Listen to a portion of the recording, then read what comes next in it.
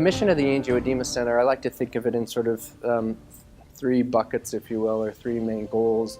Patient care is number one. Secondly is research, and so that ranges from very basic bench research, trying to understand the mechanisms, the genetics of the angioedema, and then finally education. And education takes on many forms. A lot of it is with the patients and their families, answering their questions, making sure they understand the condition, what are the symptoms, what do they need to be watchful for. When you deal with an ultra-rare disease like HAE, no matter how many patients a single physician sees, you can't really fully comprehend the full range of possibilities. It was really one of the missions of the HAEA to provide a medical home for people that are struggling with a rare disease and often are either unrecognized as to the type of disease they have or mistreated in terms of the pharmacotherapy that they have.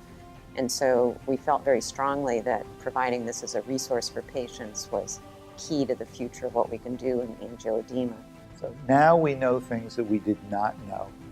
Already, people have developed techniques for replacing an abnormal gene with a normal gene. Hasn't been done with hereditary angioedema yet, but it will be sometime in the next decade.